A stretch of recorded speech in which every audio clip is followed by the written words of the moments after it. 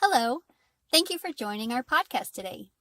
My name is Deanna Hansey, and I'm completing an early childhood education degree at Cincinnati Christian University.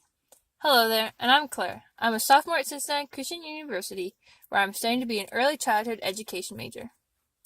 Today we're talking about if schools should have uniforms or if there should be no uniforms at all.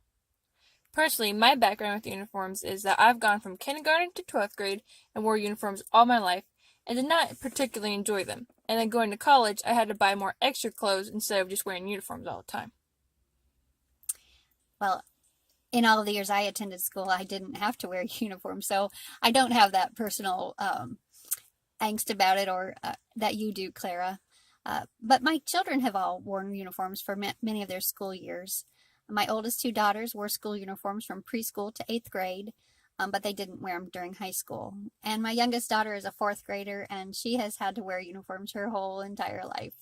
Well, there have been actually a couple days where she's gotten to be out of uniform for spirit days or picture days, or sometimes they do like dress for success days. And so those are out of school uniform days. But overall, she's in uniform all the time. Not that she enjoys it either as a student. One of the first reasons that we read about in our articles that uniforms are not good is that I found that they can be very expensive for families to buy. Well, I understand that, Claire. I remember when our school changed to having uniforms from one vendor, and the cost of those uniforms was seemingly very high. And it was a big concern for us as a family, and I know other families were like all about it too, like, what's up with this? But really from the get-go, our school decided that it was just going to be part of the school culture to, yes, have uniforms, but to also, yes, have active family swaps of clothing so that over time, then when your child outgrew something, then another family with a child going into that size could use it.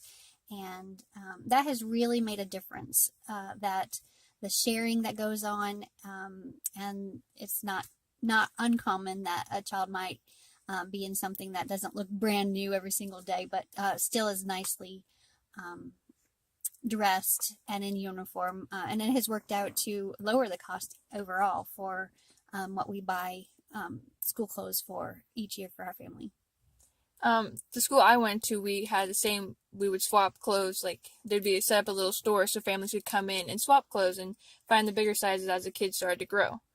But for some families that come from lower incomes, if that's the only way they can get school uniforms, they won't be able to buy the new ones, and so you can tell those students aren't dressed as nicely. Their clothes might be big and baggy because they're just hand-me-downs, and they might not look as nice, versus students that come from higher income families will have pristine-looking clothes, always new, have new outfits for each new year, and it just keeps that divide between the students versus how uniforms are trying to eliminate the divide by saying this kid's wearing name brand versus this kid's just wearing the off-brand clothing.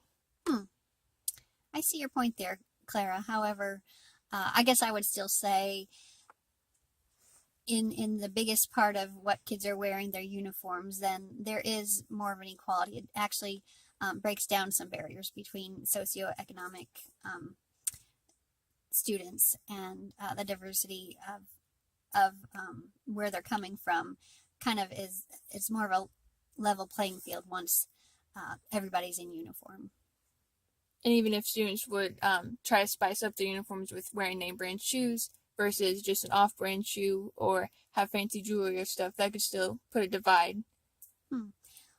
Well, I guess that's part of what the schools would have to kind of set what the policy of that stuff was. Overall, my personal experience isn't that there's been a big divisive feeling in our school anyway because of that. Just like they're just being individuals, and within reason and boundaries, then the school has kind of let that happen. So it doesn't seem like it's a big deal always, but I see your point. And then one of the other points were about discipline and how uniforms are more disciplined for students. Yeah, I in the research that I did for this podcast, and I really found that that was a surprise to even researchers who just were studying to see, try to determine whether or not uniforms made much of a difference. And in the International Journal of Educational Management, in 2016, there was an article that where researchers published their conclusions after looking at the United States as well as 37 other countries about the school uniform issue and if it made a difference in discipline and test scores.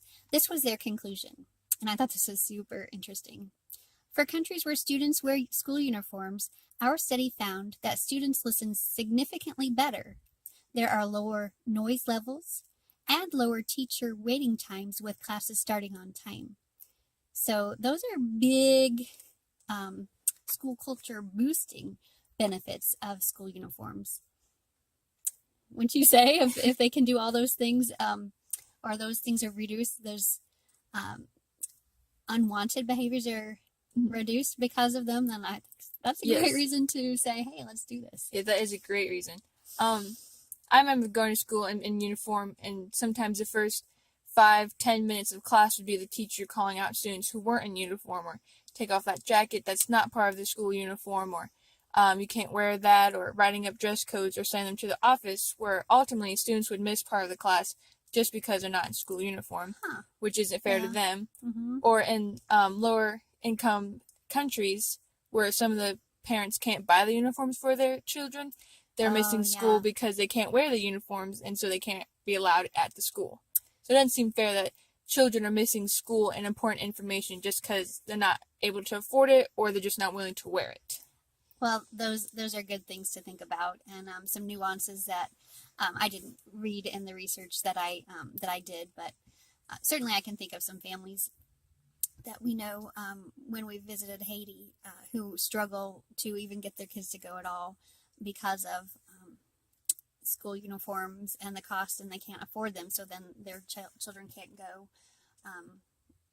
As individual families, then I know many who are trying to address that with school sponsorship programs and things that help to pay the uniforms, because that wouldn't be a good thing if the uniform absolutely didn't let someone go to school.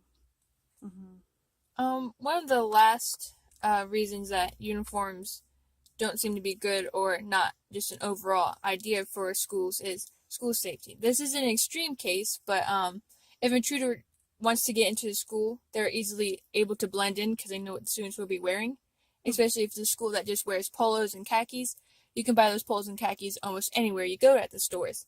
So a school intruder would be easily able to blend in with the rest of the students. Yeah, I understand what you're saying, Clara.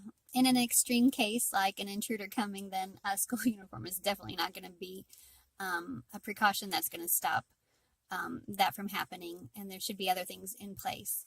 But there are certainly just more day-to-day situations where uniforms can assist in keeping the kids together and safe, such as if they're all outside for a fire drill, then it's easy to know which kids are, your class full or the school full because of the uniforms, or when they're out in the community on a field trip or something, the children are easily identified.